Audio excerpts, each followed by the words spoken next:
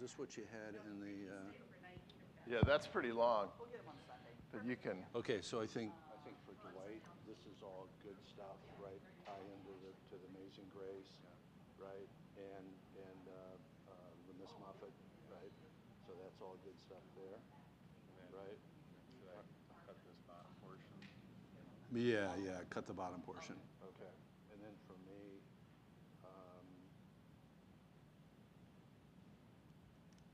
yeah, just this first part of it is fine. Okay. All right. That's good. I like Aaron's side too much. I couldn't tell you a single song. Yeah,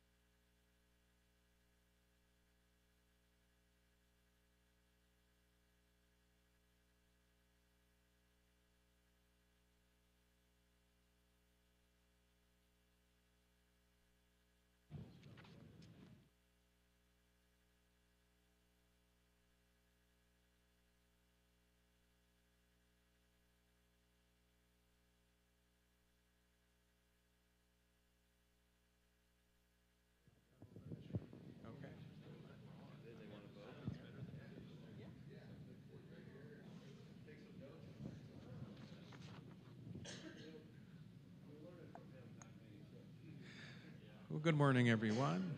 How are we doing today? My name is John Mann, Director of Education for Lakeside, and with the boat show coming up in a few days on Sunday, it only seems appropriate for today and then tomorrow to have educational programs on boating. So for today, we're very happy to have Dwight Davis and Bob Grimm with us. Dwight is a renowned antique and classic wooden boat restoration professional and owner of Classic Marine in Vickery, Ohio. He has restored dozens of Chris Craft, Lyman, and Richardson boats back to their original condition, and Dwight personally restored Lakeside's 1937 32-foot Richardson yacht, Amazing Grace, and serves today as the ship captain. He is the owner of Miss Muffet, a beautifully restored 1955 38-foot Chris Craft Constellation. And Bob is a retired clinical associate professor of management at Indiana University's Kelley School of Business. In 2000, Bob and his wife Cindy became Lakeside property owners, restoring the Dietrich Cottage on Vine, and their love of wooden boats led to the couple to restore the Miss Cindy Lynn, a 1954 18-foot Lyman Islander. And for today's talk, Dwight and Bob will delve into the history of the custom 1930s Lyman built for Oscar Lay of Lay Brothers Fishery. And this lecture will be a celebration of craftsmanship and history as we learn more about the origins and the efforts dedicated to the restoration of the Maritime Museum of Sandusky's newest boat. So with that, I always do ask people, please mute your cell phone ringers and help me in welcoming Dwight and Bob. Okay.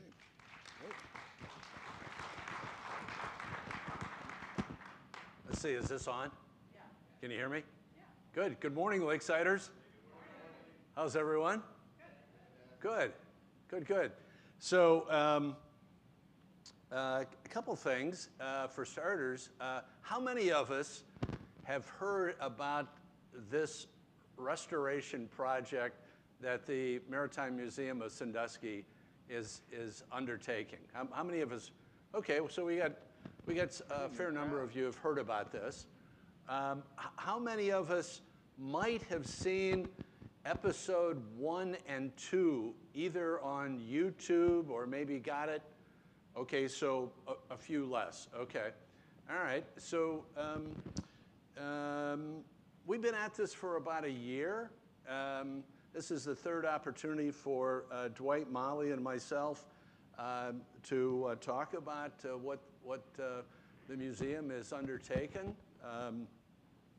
So let's just dive in. I'm gonna spend time on the first 9 slides, and then I'm gonna turn it over to Dwight. So I'll talk a little bit about a couple of iconic businesses in Sandusky that were in business for nearly 100 years. Kind of lay the background to the story, if you will, and then because it's more than a boat story. The thing that Dwight will then do is provide you an in-depth review of the restoration today. This is a significant restoration. We're talking about an antique wooden boat that has a lot of parts, and so so pleased to work with Classic Marine and Dwight Davis and Isaac Zimmerman. These two gentlemen sitting right down here in front of me are just outstanding, renowned wooden boat restoration professionals, and it's just a real joy for myself and others to work with them. And then following Dwight's review of the restoration to date, Molly Sampson, our executive director from the Maritime Museum of Sandusky. Molly's right here in front as well.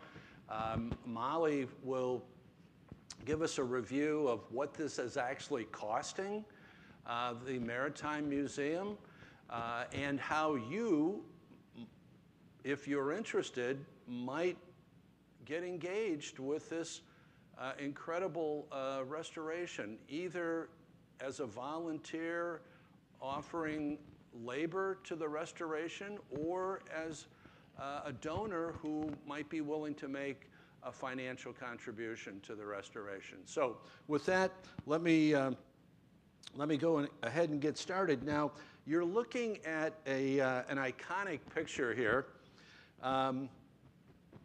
This is a photograph out of Legend of the Lakes by Tom Corackney. Tom Corackney is affectionately referred to as Doc Lyman. Tom essentially bought the assets of Lyman Boat Works when they went out of business, and wrote an absolutely terrific book, as I mentioned, Legend of the Lakes. And this photograph is in that book. Now, the reason we want to show you this photograph is Tom believes, well, he's confirmed for us that Lyman only built 9 24-foot Lyman custom runabouts with hardtops. This was during 1937 to 1940 era. And friends, only 3 of those 9 rare hand-built Lymans exist today, and we'll show you pictures of all 3. But this picture is significant because Tom identified at least 3, maybe 4 of the 9 in this photograph. So we believe this is a 24 Lyman custom right here at the dock. We go back here, Tom thinks this is a 24. There may be a 3rd one right here tied up.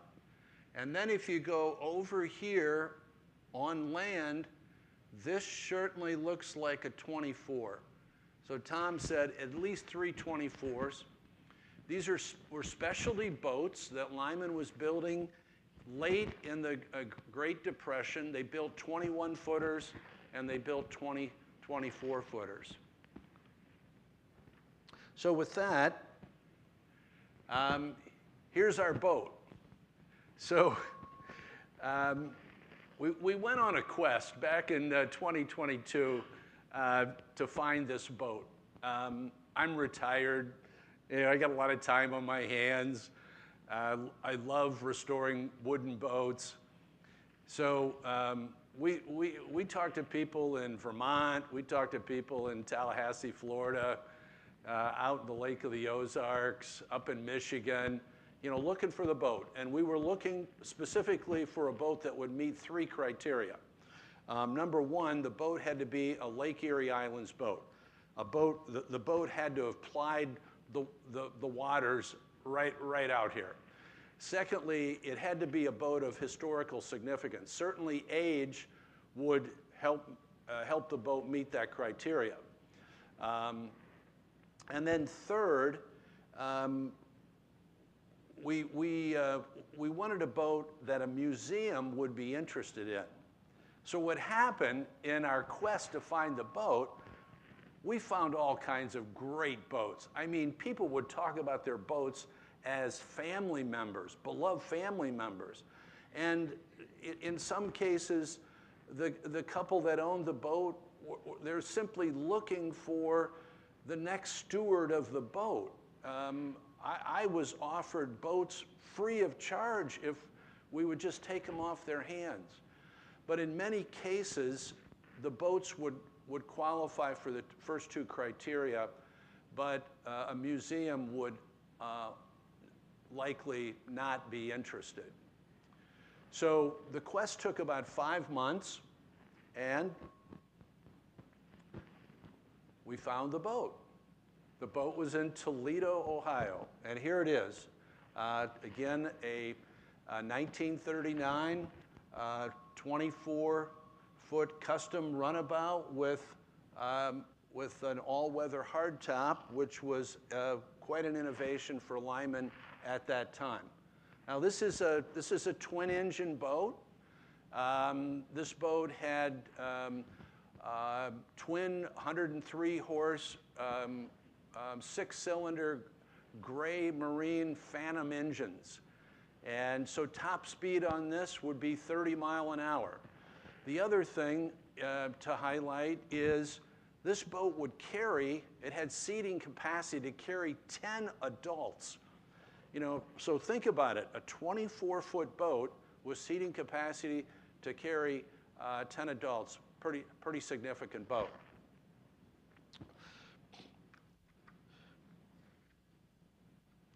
Now, let me further explain this story. So, in 1939, in the fall of 1939, two Lay brothers of Lay Brothers Fisheries, this was at that time the world's largest freshwater commercial fishing business, headquartered in Sandusky, Ohio. Two of the brothers, Oscar Lay and John Jr. Oscar was running the Sandusky operations. John Jr. was the president of the Port Clinton Fish Company, which, by the way, still exists as a business, different ownership. And the two brothers decided that they were going to buy Lyman's top of the line boat. And you're looking at it. John Jr. bought his boat in the fall of 1939, and 19 days later, Oscar bought his boat.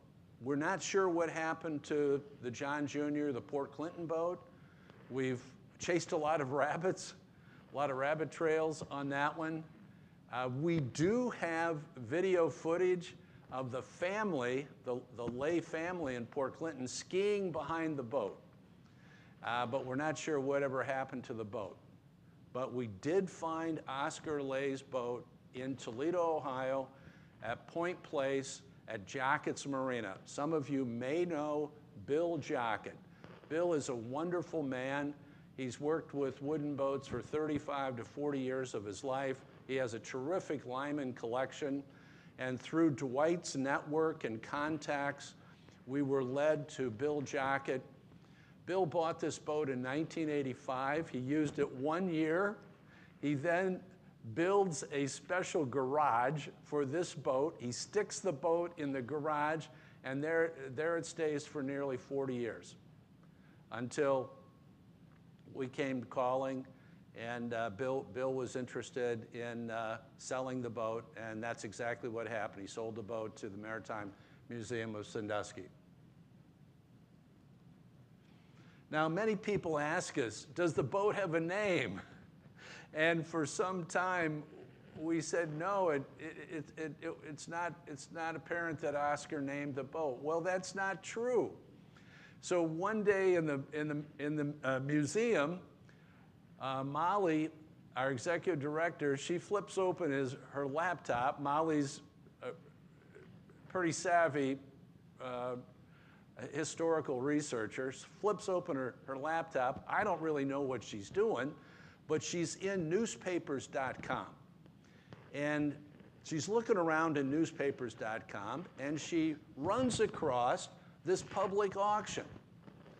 Now, 1956, actually September 29th, 1956, was a public auction in Sandusky where all of the Lay Brothers Fisheries equipment was sold.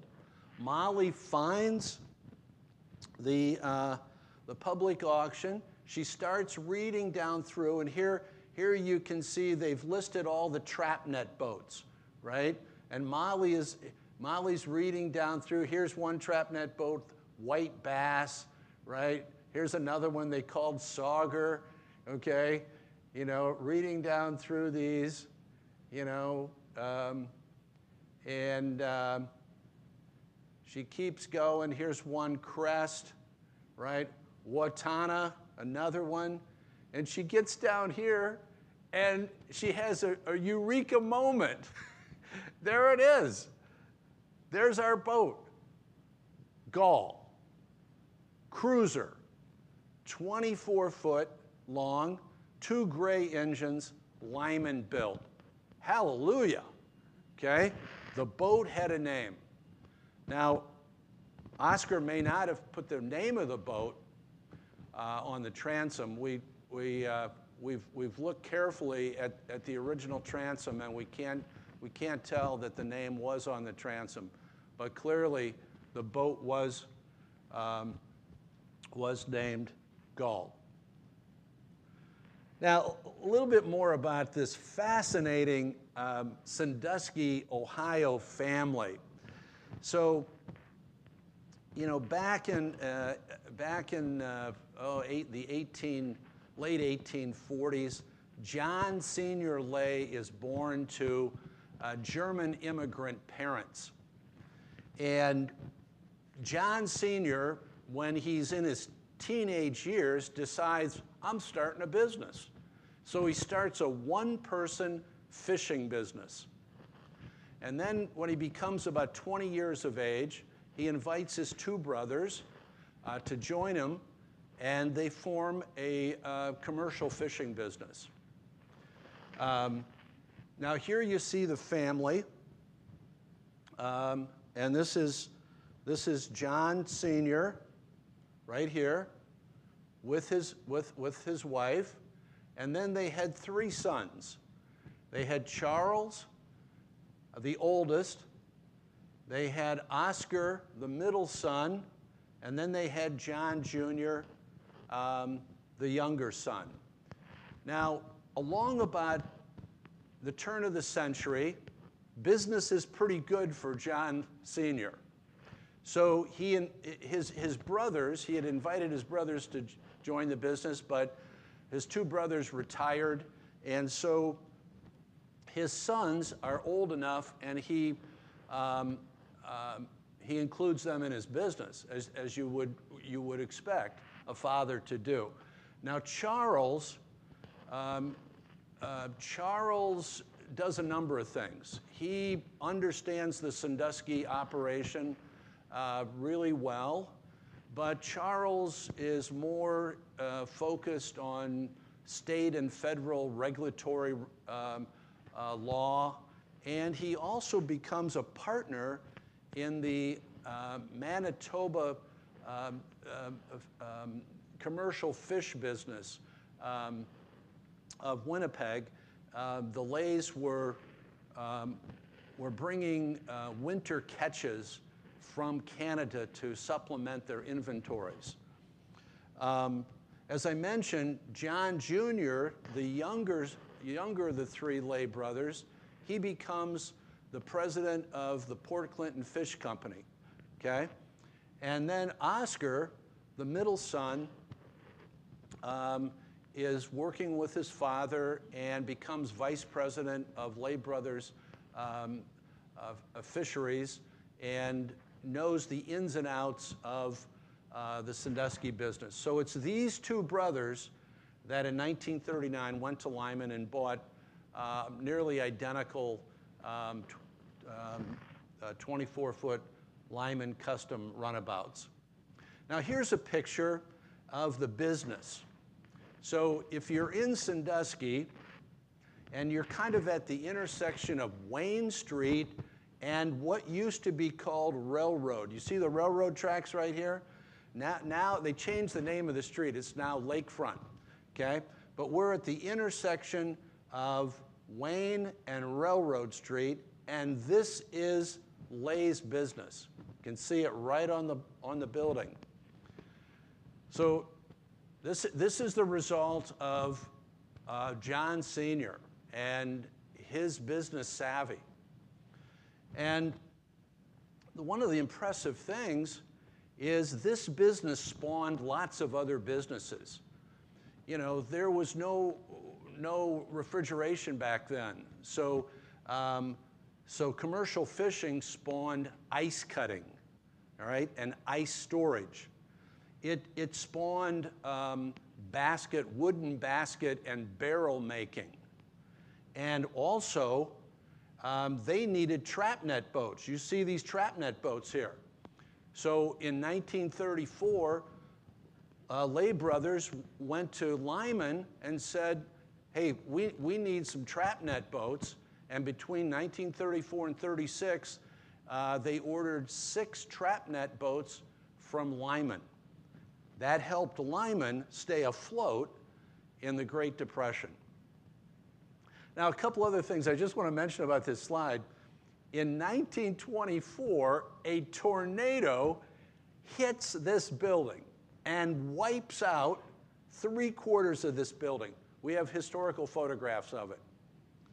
They rebuild it, and in 1932, the whole doggone thing is wiped out by fire. Now just think of it for a moment. Let's say you're John Sr. running this business, right?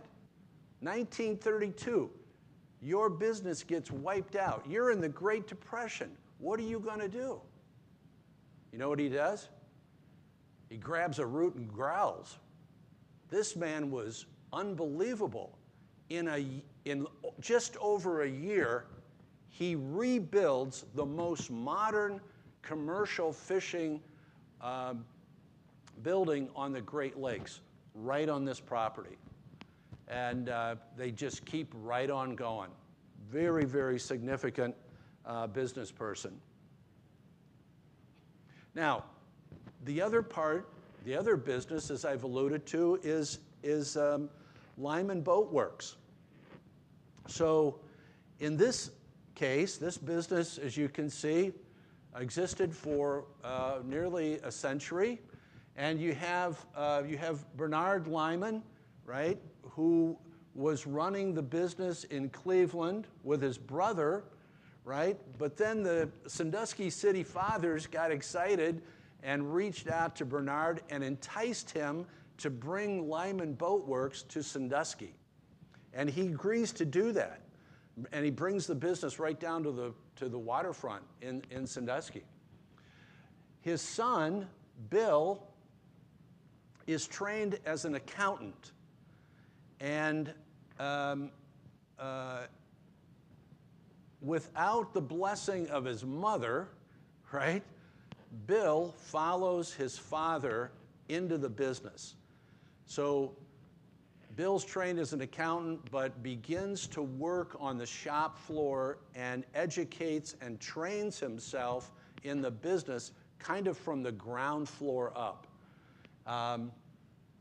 And Bill ran the business, as you can see, for many years. Now you're looking at an architectural drawing. This would be a top view of the 24 Lyman Custom with all-weather hardtop. This is pretty close to the museum boat with one exception, okay? The one exception is back here on the stern deck, okay?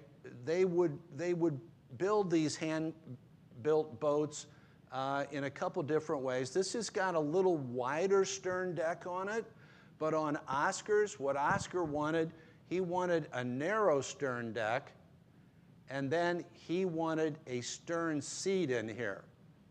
And so in the restoration, Dwight will talk about it, we're restoring it with that stern seat. This boat also has aft-facing seating right here and here, so people were looking this way, okay, as they cruised through the water. You would walk up through the center of the boat. You had seats here that were aft-facing, and then you would come around here, and this is where you would climb up into the helm.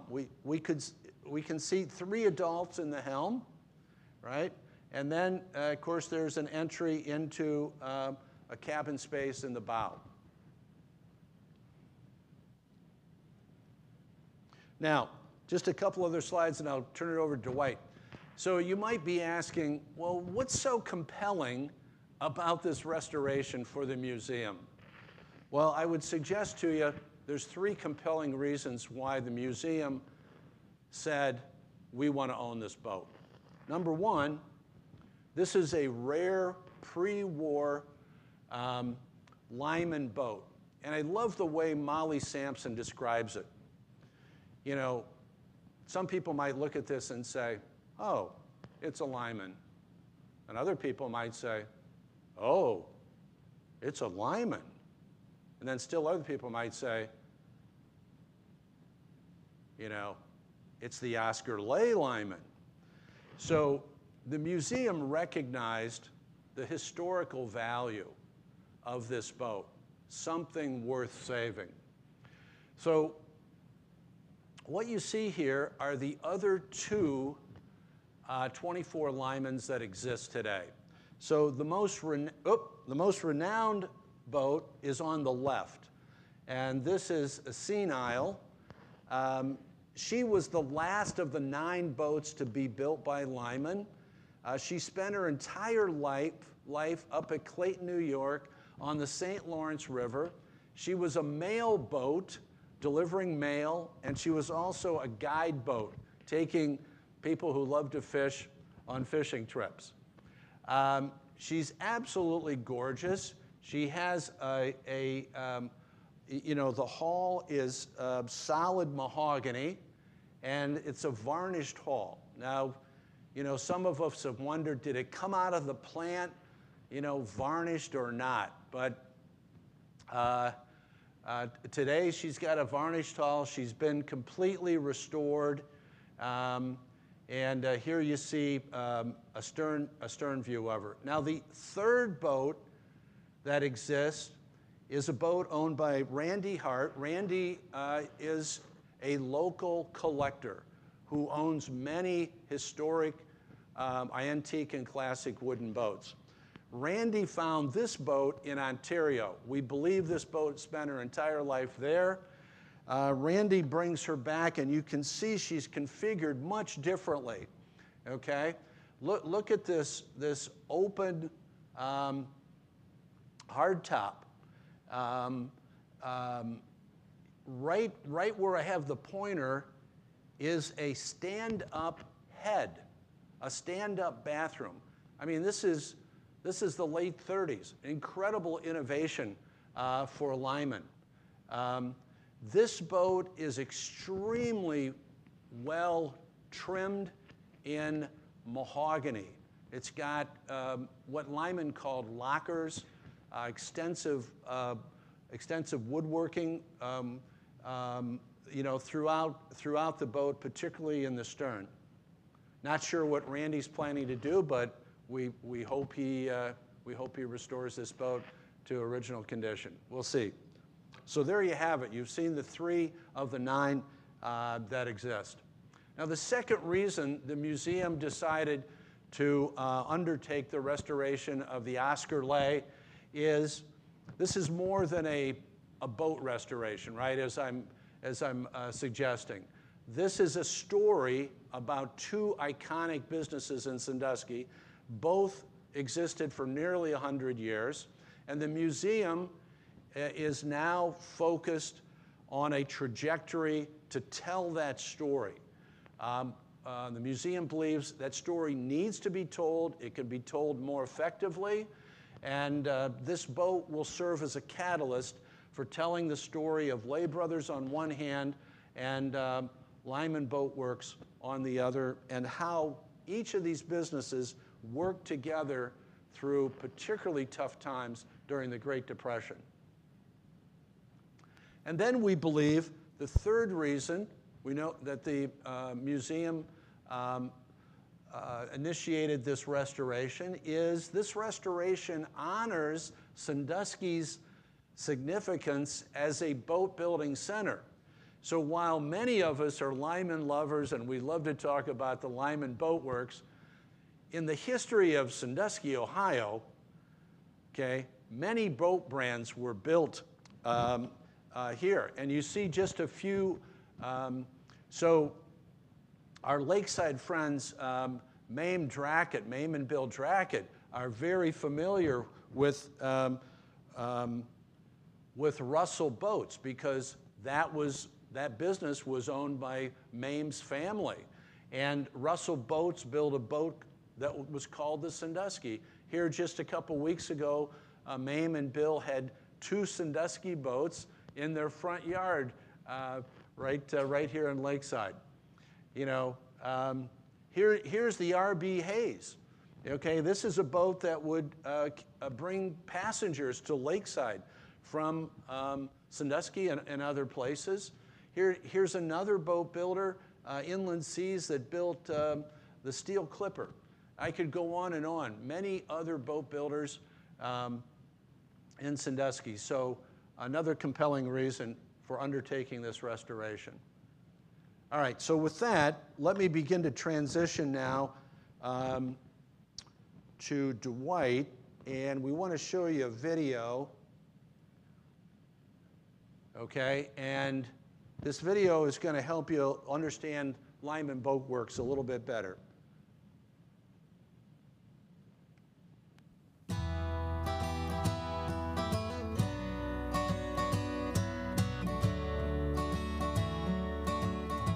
The family came over in 1861, right before the start of the Civil War from Prussia. Bernard and Herman, I think they were 8 and 11 at the time. And then they, started to build, rowing boats to get out into the lake. And then, of course, that developed into the Lyman Brothers boat building. And then they set up, a shop down on the waterfront. They were moved off the lakefront at the start of World War I. And they went back to the homestead on East 43rd. Of course, they couldn't build any larger ones like they did down on the lakefront. About that time, that a group of city fathers from Dusky came over and persuaded him to move to Sandusky on the bay, on the water. That was 1928. And beginning in 1929, the first boat came out of the back of that tractor plant at about the same time that the Depression came. So they never got the new building built till 1937, 1938. So he had a tough row to hoe. He no sooner moves over to Sandusky and the Depression comes along.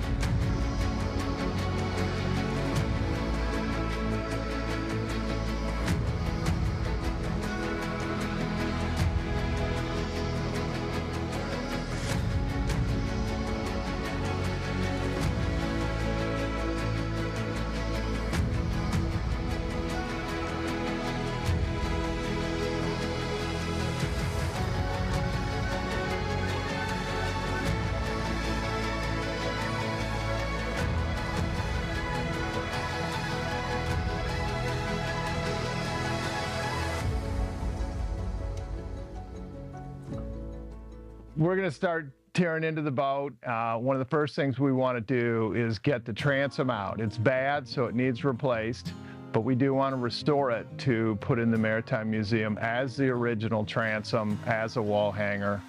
But the transom being out is going to allow us better access for cleaning, further disassembly, and also the throttle rods, which are like 20 feet long, have to come out of the back of the boat because of the way they're trapped in there. So getting the transom out is kind of phase one of tearing the boat apart. And then we'll proceed down through the keel and knee and get planks out, re-rib the boat.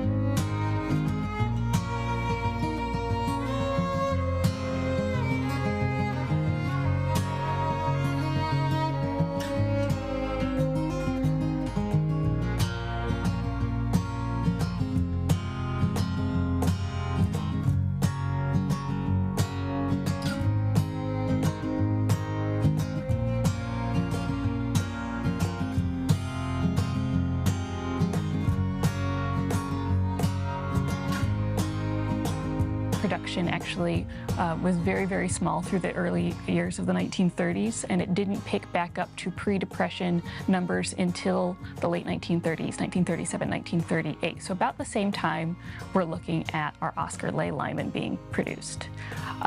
Lyman continued to try to build slowly, but their biggest change was actually World War II.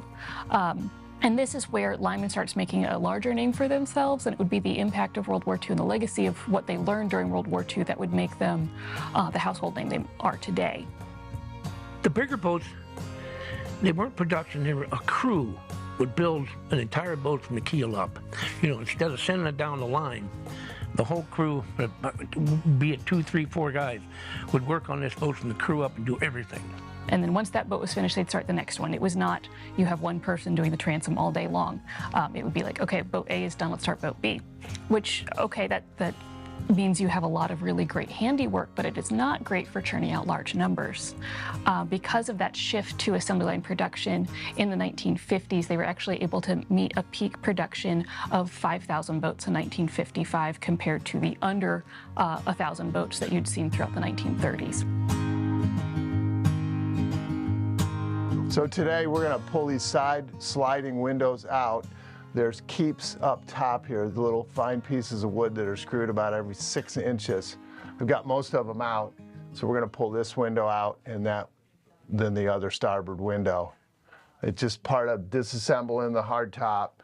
So we've got screws every so often here. And get that one out. And this should come out unless I'm missing one. There's one right here. Okay. Okay.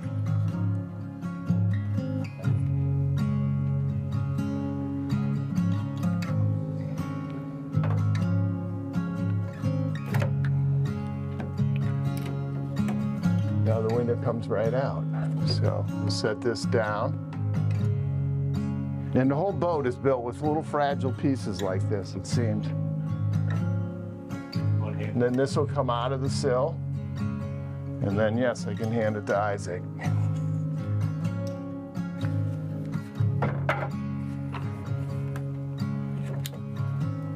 And this long, fragile keep goes down here. And then the window just comes out a little bit and off the sill. Just like that. There's the window. Should the public be interested, particularly in this this project? Well, it's part of history. It's a part of Sandusky history. It's part of boating history. Lyman's a big part of recreational boating in the United States. One of the biggest names post-war. It's got to be preserved. And, you know, there's still thousands of them out there, especially the little outboards. You know, there'll always be Lyman's.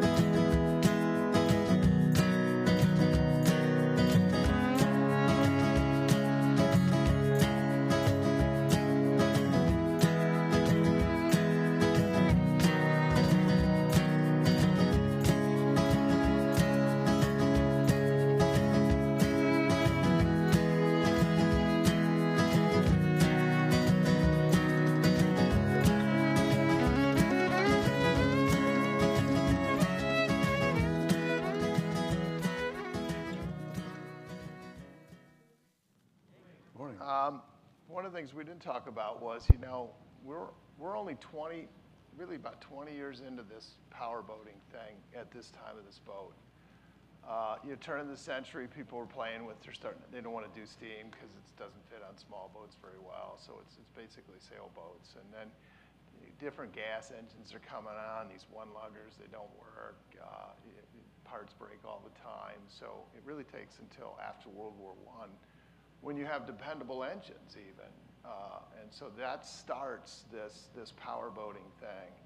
And so you have boaters that were sailboaters that are starting to transition. You have companies that want to go fishing and catch more that are getting into power boats and getting away from sailing. And since we're in Chautauqua, I thought, wouldn't it be good to start with a prayer? Does anybody know the sailor's prayer / lament? Not one hand. Well, join with me in this. Father, forgive me, for today I took a ride in a power boat, and I liked it. So you have that coming on at that time of the game. Will this go to mine? No, that's not it. Do it again? Okay. So you saw where we had the transom out, and we were, just starting to disassemble the boat. And if like Michael Berry's 26 has, 3,000 pieces, this boat has 12,000 pieces. Just a lot of little pieces. And so this is kind of a schedule that we had put together in the fall of what we would be doing. So you have disassembly of, most of the boat in terms of equipment and gauges and fuel tank and all that. Into the winter, get the transom out. We actually have the new transom built, not in the boat. It will go in very late, actually, in the game because of equipment that has to go in actually through the transom. The knee and the keel and the ribs, they're all back in the boat, replaced. And a lot of the stuff is out getting redone, gauges and engines. We have the running gear actually all restored and sitting at the shop. And we're getting ready to, we have the hardtop off completely. All the deck plugs for all the decking has been pulled, but we haven't pulled the decking. So we're starting to move into bottom planking, and then we'll have engine stringers. Some of the engine stringers are still in the boat, the main long ones, but the short ones that bolt into that hold the engines in have been out. They had rot, they've been rebuilt and painted. So we have a lot of sub-assemblies that are starting to get worked on. Floorboards are getting sanded if they're good and getting repainted. So moving forward is getting the bottom finished, then doing the decks, restoring the hardtop, and then we start assembling. We have all of the seats, just lots of parts, and then as we go into final assembly, bilge pumps and wiring and hoses and on and on. And an older boat like this is built in with slotted screws, as you saw in those videos. They take a little longer time to get out and to put in. Also, all the bottom screws are galvanized, so they come out harder if they come out at all. Some of the ones that are very corroded, they don't come out or they break. All that increases the time it takes to do a boat. You can see Isaac stuck in there, working on getting some of the running gear out. You can see where the exhaust systems go through. And everything is, if you put something together in the wrong order, you're going to take something back apart to put that in.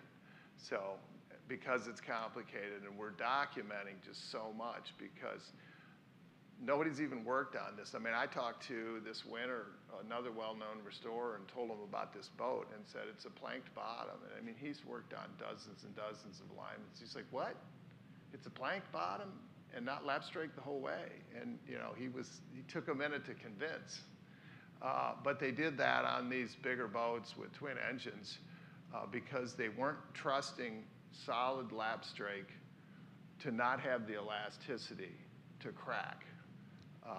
And so the bottoms were planked, and that gives you caulking between the seams and more elasticity because a boat is going to shrink and swell in the off season. It's going to swell and then shrink, and then it's going to swell as the boat's in the water. And if you have too much of that, those planks on a lap strake solid plank will and can crack. And then they're difficult to repair. So you can see how massive this running gear is compared to a post-war lineman.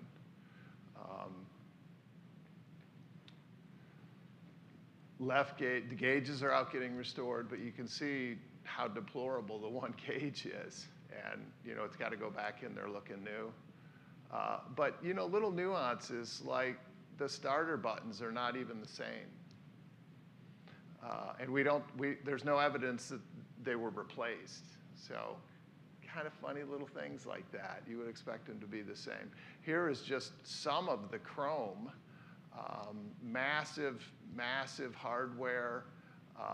Look at these huge cleat / lifting rings, just massive. And Bob didn't mention, but one of them was actually sideways on the back deck so that they could do that back seat. Another little nuance to that, but just some, you know, fantastic hardware architecturally. And I tend to think of this boat as like a late 20s, early 30s commuter limousine. It has those lines. Here's some pictures to just I mean, just take a minute to look at how many pieces are there. It took us, where the fuel tank is, it took Isaac and I almost a day to take the front seat apart and get the fuel tank out. And then the next day come in and take this, you know, pallet that it sits on. And just hundreds and hundreds of screws. But you can also see how complicated these boxes are that create seating facing aft and seating facing forward here, which would be sitting on top of the engines that live here. And this is just opposed to keeping the hardtop up, because when we moved the boat, there's enough soft wood in the hardtop that we didn't want it to shift. And we kept it on for actually a long time.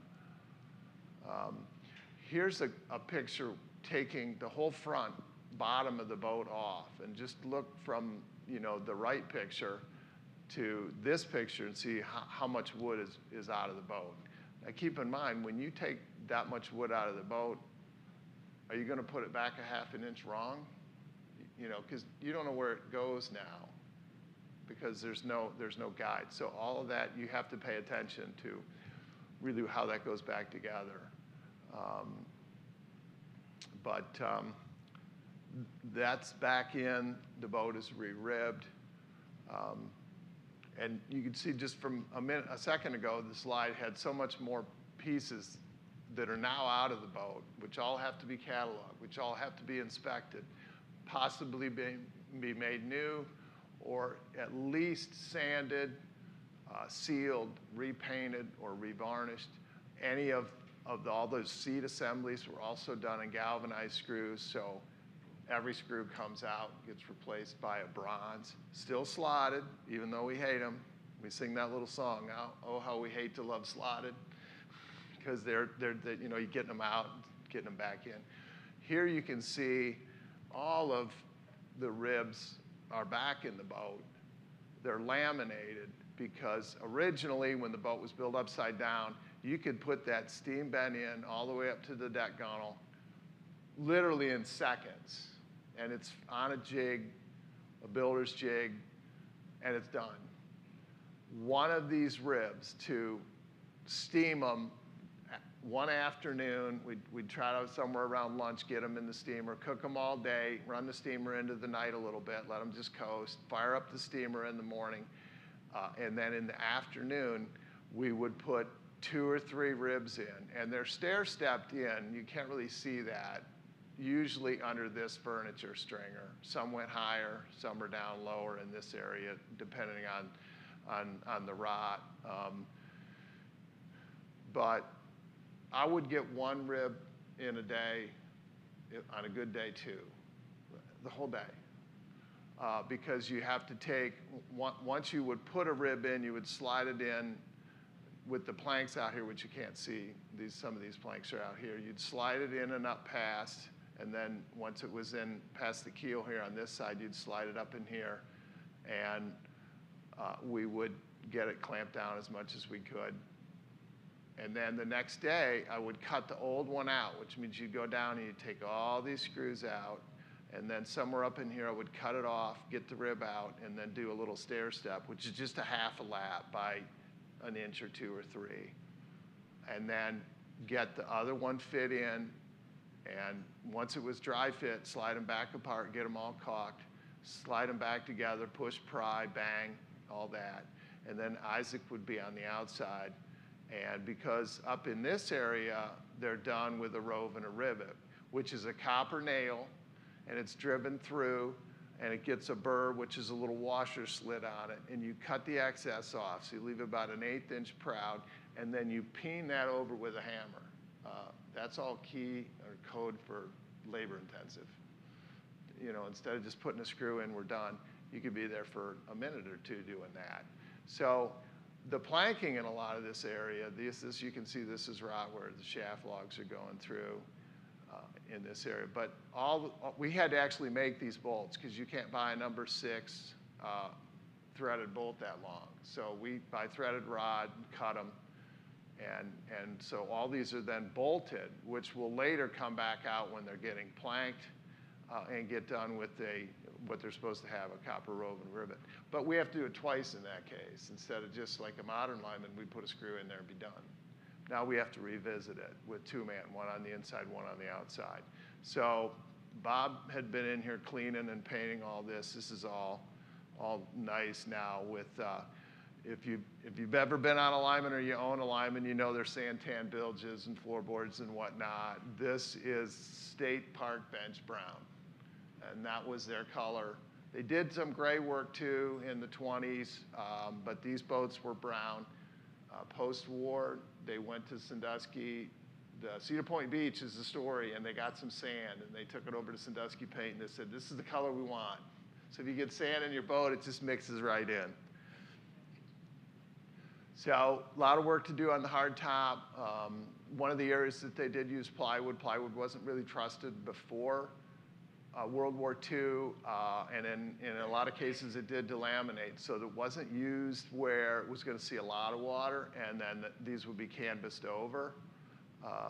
And so, but all of these, you know, lineman post-war decks, that is one piece of plywood, that is one piece of plywood. How many pieces do we have there? And because these leak, every deck beam will be replaced. So typically when you put a deck on, say a 26 lineman, most all your deck beams are going to be good. So it just means it's a lot more. But the historical significance of, like Bob was saying, how these companies, you know, work together, how Sandusky was built as a town with the ice harvesting, and then the fish was going all around the country to feed people in the 30s. All of these cottage industries coming along. This boat tells is a segue into so many Sandusky and Lake Erie boating stories that it's just a fantastic boat to preserve. And by being able to do a ride boat, we're going to put generations of people into almost a 100-year-old boat to be able to tell those stories, to take them back in time, to appreciate what it takes to build a boat like this.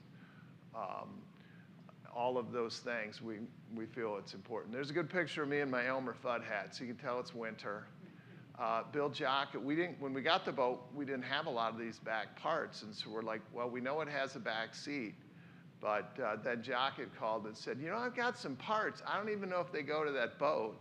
But one afternoon, we figured it out. There's a back seat here, and this is behind this combing. But little weird things. The way they did this combing, it goes back, has this wonderful architectural curl, but then you can't really see it.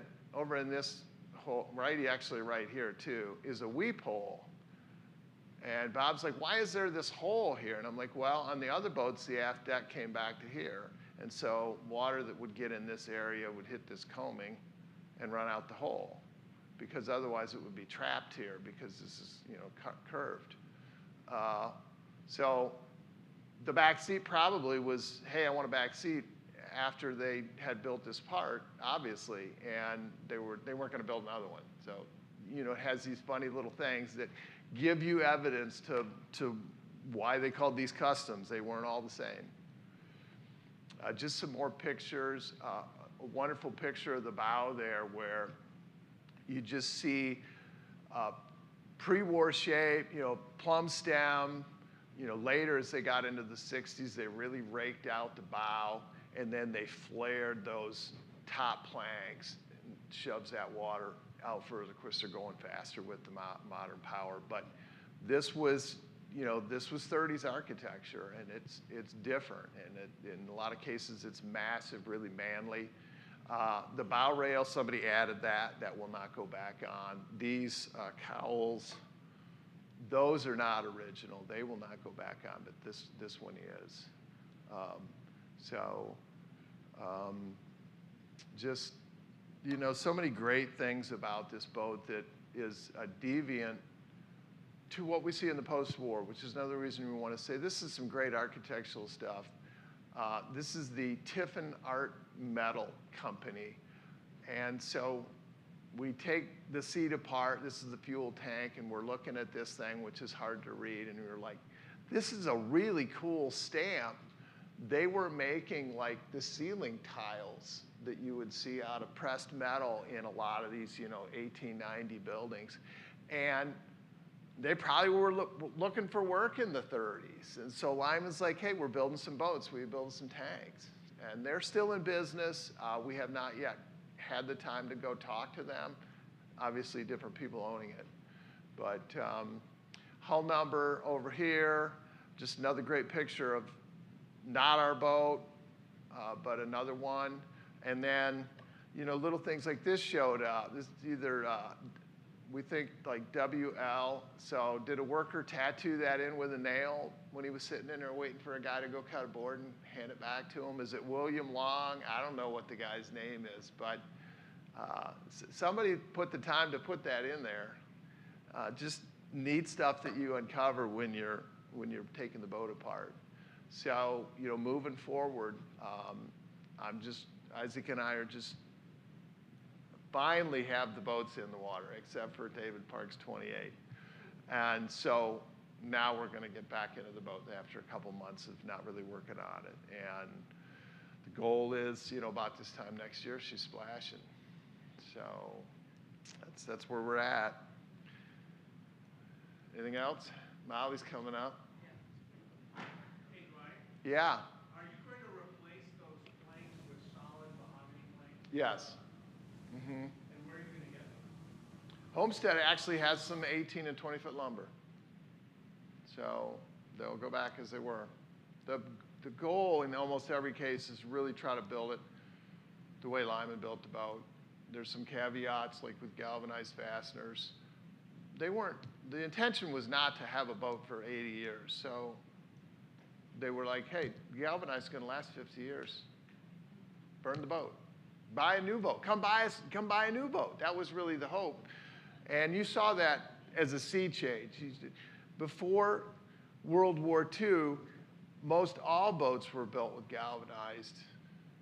And then there was a season of brass, and then a little bit later in the late 50s, it turned to bronze.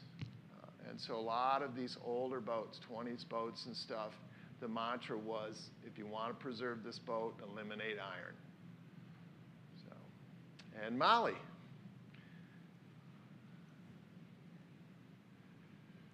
Okay, so we're going to get back to Q&A, I promise, because you want to hear more from them than you do me, I'm sure. But from the museum standpoint, this is a huge project. This is the biggest project we've undertaken in years, probably a decade or so. So we are going to look at this in phases of fundraising, because it's also a very expensive project. Our phase one is the restoration itself. This also includes the exhibit, the video you just watched. It's one of a series of 10. There will also be a final video that will be on exhibit in the museum for visitors to see as kind of an overview of the whole project. And then the advertising and all of the other things that go with it that nobody thinks about when you first start looking at like, oh, this is a boat, it's cool. But that will be a $275,000 project.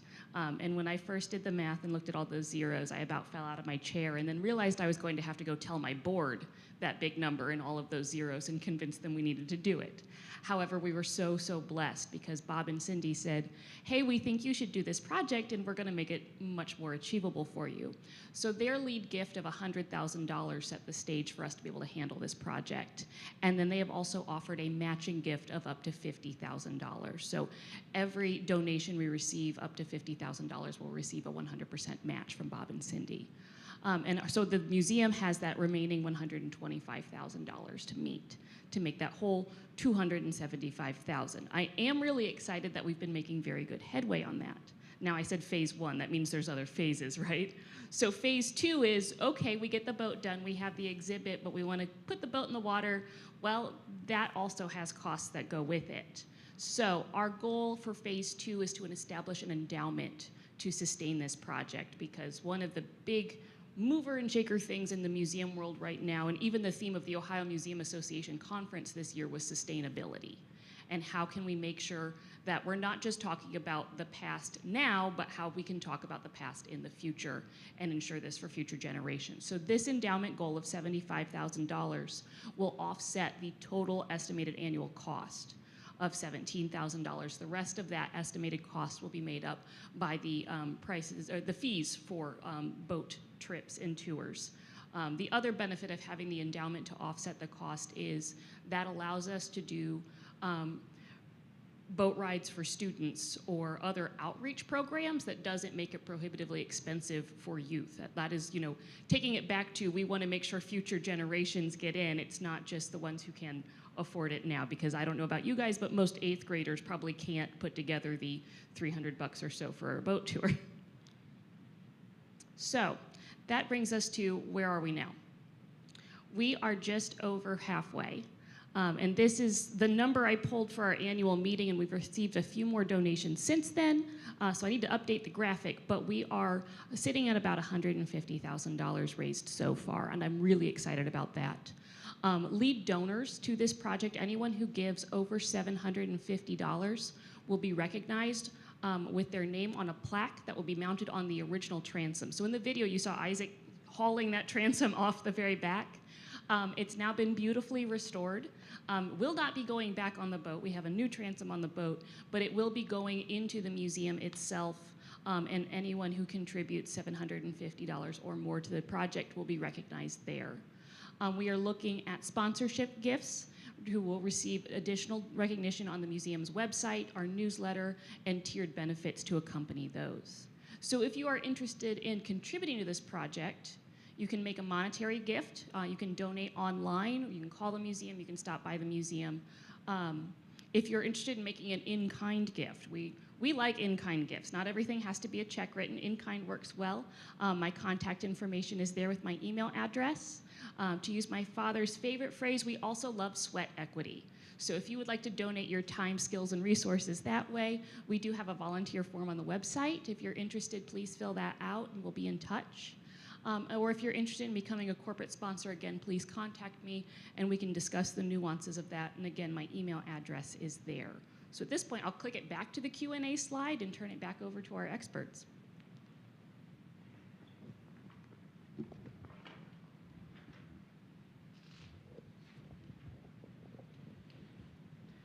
What questions might you have for Dwight or myself or Molly? Yeah. One way in the back.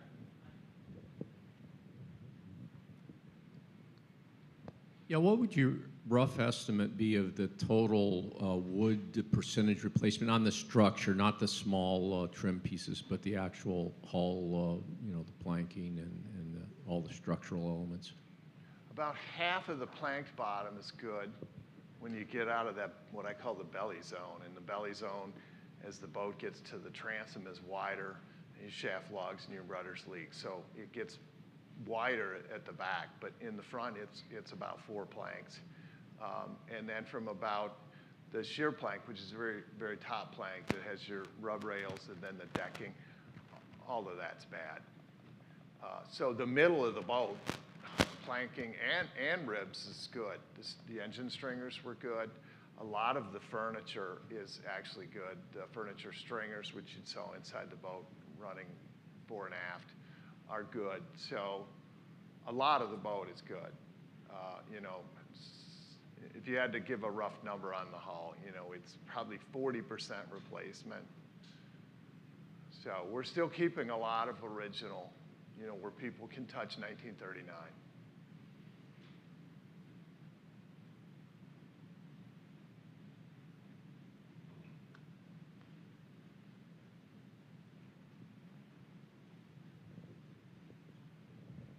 Did it have the original motors in it? And what did you do about the motors? Well, yes and no. One is original and intact. The other one is original and has been in pieces for 40 years. When Bill Jockett ran the boat one summer, he put another straight 6 gray Marine in the boat and ran the boat one summer. And so we're working on getting those engines rebuilt. We're still in this, that may change to some slightly newer engines or different engines, but we're still in the game of getting the engines back of whatever we end up using. So, but our hope is that we can have the original engines restored and running, because that is a key component to preserving what Oscar Lay bought. But as a ride boat, we also want to be able to use it. So we're going to do what it takes to have the boat in the water and running.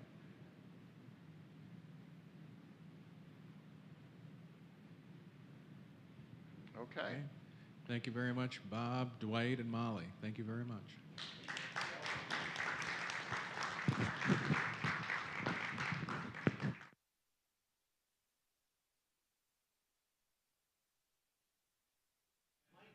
I might just mention something else. Molly just reminded me, the third video episode of this restoration is now available online on the Maritime Museum of Sandusky website. Take a look at that now. You saw the second one today focusing on Lyman. The third one focuses actually on restoration, more restoration, but also gives a nice review of the Lay Brothers Fisheries business. So take a look at that. I'd also mention a couple of things we're terribly excited about. The Sandusky Register publishes a Sandusky Living magazine.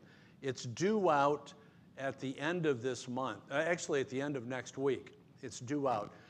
Everyone in the 44870 zip code will get a free magazine in their mail. This issue has a feature story on the museum's restoration project. Terribly excited about that. And then one other thing that thrills us to no end, the association that represents antique and classic boat enthusiasts, referred to as ACBS, has a magazine, an exquisite magazine called Rudder. And they picked up on what the museum is doing. And in the July issue of Rudder, there will be a significant feature story on the Oscar Lay Lyman. Additionally, we learned just yesterday that ACBS has now begun to release on their website the story of the Oscar Lay Lyman, and they've linked that to Molly's museum website. So that's really getting the word out to wooden boat enthusiasts internationally, and we're just thrilled.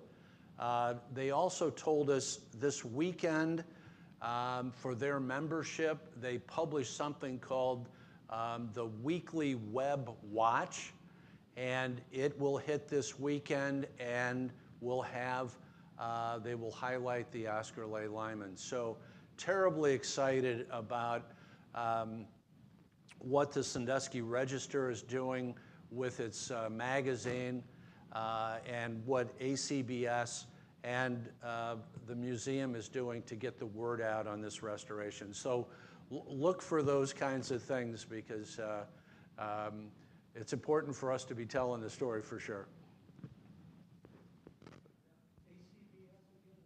Antique and Classic Boat Society. If you know Peter Stevens, I don't think Peter is in the room, but Peter and Debbie Stevens are Lakesiders. Peter served as the chief executive of ACBS. ACBS is headquartered in Clayton, New York, right along the St. Lawrence River, and that's where Senile, you know, that beautiful 24 custom that I showed you with the varnished hull, that's where Senile spent her entire life. So Peter is just real steeped in ACBS work for sure. He's now retired as chief executive officer. Great. Well, enjoy Lakeside. we'll be around. If there are other questions, feel free to ask. Thanks for being here, everyone.